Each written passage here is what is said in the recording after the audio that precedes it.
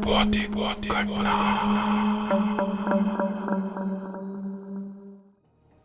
ये घटना 2016 की सर्दियों की है, जब मैं दिल्ली से मनाली जाने वाली एक रात की बस में सफ़र कर रहा था।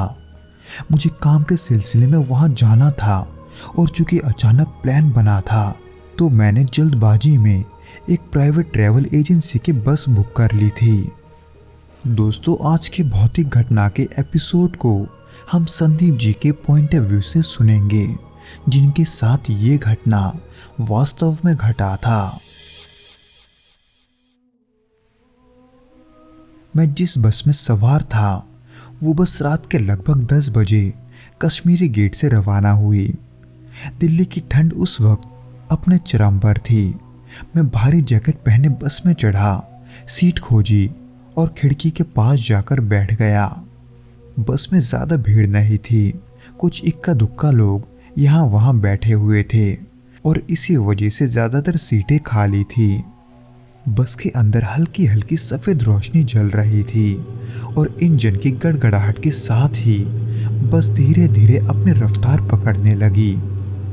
रात के सफ़र का अपना एक अलग ही एहसास होता है। बाहर का घना अंधेरा और सड़क किनारे लगे स्ट्रीट लाइट्स की हल्की रोशनी बस के शीशों में अजीब सी आकृतियां बना रही थी। सफ़र लंबा था और मैं काफ़ी थका हुआ था, इसलिए मैंने सीट से सिर टिकाकर आंखें बंद कर ली और सोने की कोशिश करने लगा। लेकिन जैसे ही बस दिल्ली के भीड़ भाड़ से निकलकर हाईवे पर पहुंची, माहौल कुछ बदल सा गया। वैसे था तो सब कुछ नॉर्मल, बस की हल्की हल्की हिलने की आवाज़, इंजन की गूंज और सीटों के बीच कहीं कहीं यात्रियों की धीमी फुसफुसाहट, सब कुछ सामान्य था। लेकिन फिर भी मुझे एक अजीब सी बेचैनी महसूस होने लगी थी। ऐसा लग रहा था कि बस के अंदर कुछ अजीब सा है, लेकिन मैं समझ नहीं पा रहा था कि क्या। करीब कुछ घंटों के बाद बस एक छोटे से ढाबे पर रुकी। कुछ लोग नीचे उतरे, किसी ने चाय ली और कोई टॉयलेट के लिए गया। मैंने भी बाहर उतरकर थोड़ा फ्रेश होने का सोचा। वहाँ चारों ओर अंधेरा था और उस अंधेरे में सिर्फ ढाबे की रोशनी आसपास फैली हुई थी। उसी बीच मैंने जेब से सिगरेट निकाली और वही बस के पास खड़े होकर उसे जलाने लगा। और तभी मेरी नज़र बस के शीशे पर पड़ी, जहाँ से मैंने अंदर की हल्की रोशनी में किसी को अपने सीट पर बैठे हुए देखा। जब मैंने ध्यान से देखा तो वो आकृति बिल्कुल स्थिर थी। मुझे पहले ऐसे लगा था कि शायद ये मेरी आंखों का धोखा होगा, लेकिन जब मैंने दोबारा देखा तो वहाँ सच में कोई बैठा था, कोई ऐसा जो उस बस का यात्री नहीं था। पहले यही लगा कि वो कोई चोर होगा, इसीलिए मैं जल्दी से बस की तरफ बढ़ने लगा। पर जब मैं बस के अंदर गया तो मेरी सीट खाली थी। मेरा सिर अचानक से भारी होने लगा। मुझे लगा कि शायद ये सफ़र के थकान के वजह से है, इसलिए मैंने इसके बारे में ज़्यादा नहीं सोचा। बल्कि जब बस फिर से चलने लगी, मैं अपने सीट पर वापस जाकर बैठ गया। बाहर देखा तो बाहर कोहरा छाने लगा था और सड़क पर सिर्फ बस के हेडलाइट्स की रोशनी थी।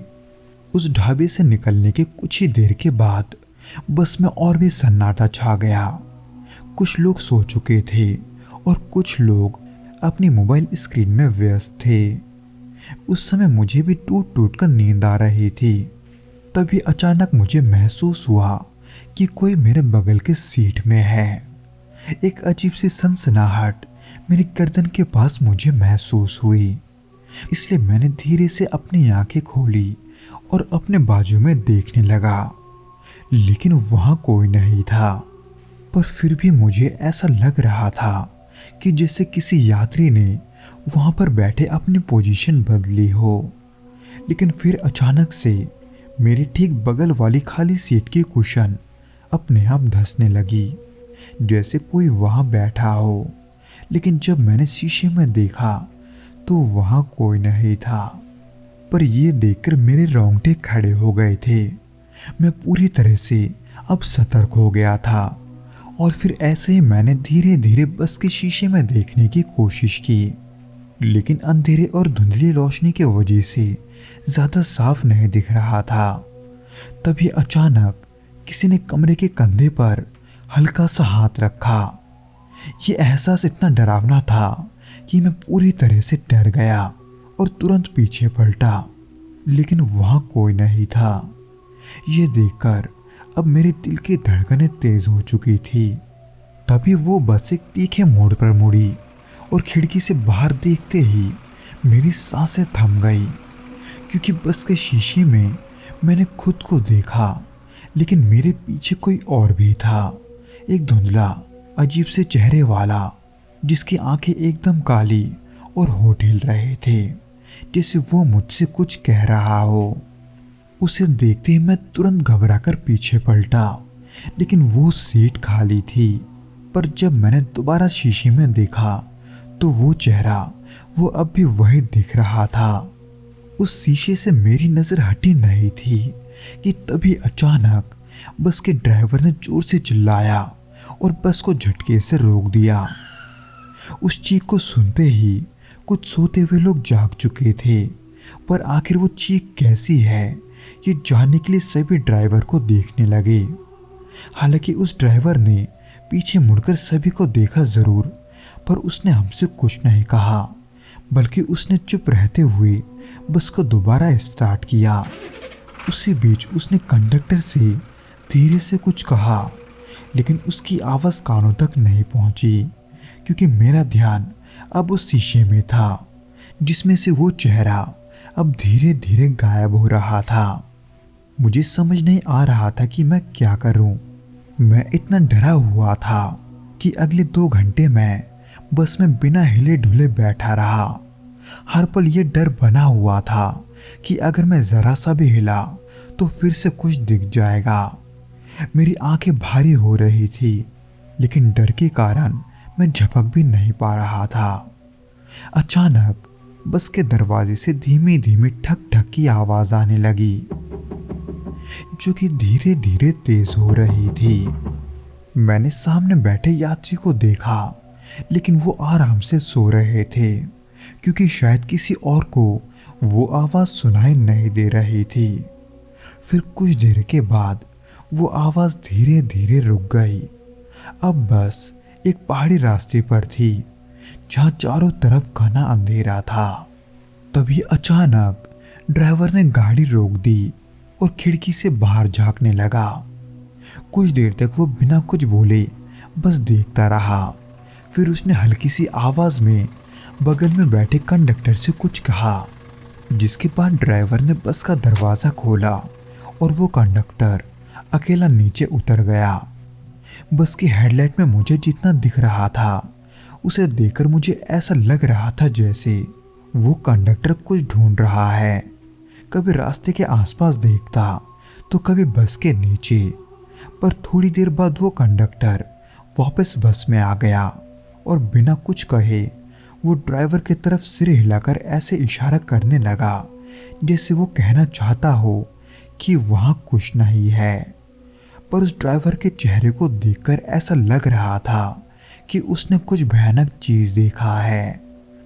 बाकी के सफर में मुझे नींद तो बहुत आ रही थी, पर जैसे तैसे मैं खुद को जगाए रखते हुए कभी शीशे में देखता, कभी अपने बाजू के सीट को, तो कभी उस ड्राइवर को, जो शायद मेरे तरह ही उस सफर को जल्दी खत्म करना चाहता था, क्योंकि वो लाचारपन और डर का जो एहसास था वो मुझे अंदर से मार रहा था। कई घंटे बाद जब मैंने सूरज की किरणों को निकलते हुए देखा, तब जाकर मुझ में वहां से हिलने की थोड़ी हिम्मत जागी। उस रात मेरे साथ क्या हुआ, मैंने क्या देखा, ये तो मुझे नहीं पता था, पर उस बस में सिर्फ मैं ही अकेला नहीं था जिसने ऐसा कुछ देखा था। यानी कि उस बस का जो ड्राइवर था उसने भी कई दफा रास्ते के बीचों बीच किसी को खड़ा देखा था, जो कि मुझे अपने मंजिल पर पहुंचने के बाद पता चला, जहां वो बस ड्राइवर इसी बारे में बात कर रहा था और कह रहा था कि कई बार तो उसे ऐसा लगा कि उसने किसी को कुचल दिया है। एक ऐसे शख्स को जो रास्ते के बीचों बीच लेटा हुआ था। पर जब कंडक्टर ने उतरकर देखा तो वहां कुछ नहीं था।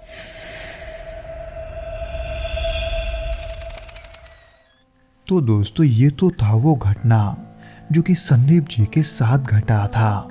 उम्मीद करता हूँ कि आपको ये पसंद आया होगा, और अगर आया हो तो प्लीज़ इस वीडियो को लाइक करके इसे अपने दोस्तों के साथ शेयर ज़रूर करना, और हमें कमेंट करके ज़रूर बताना कि आपको ये वीडियो कैसा लगा।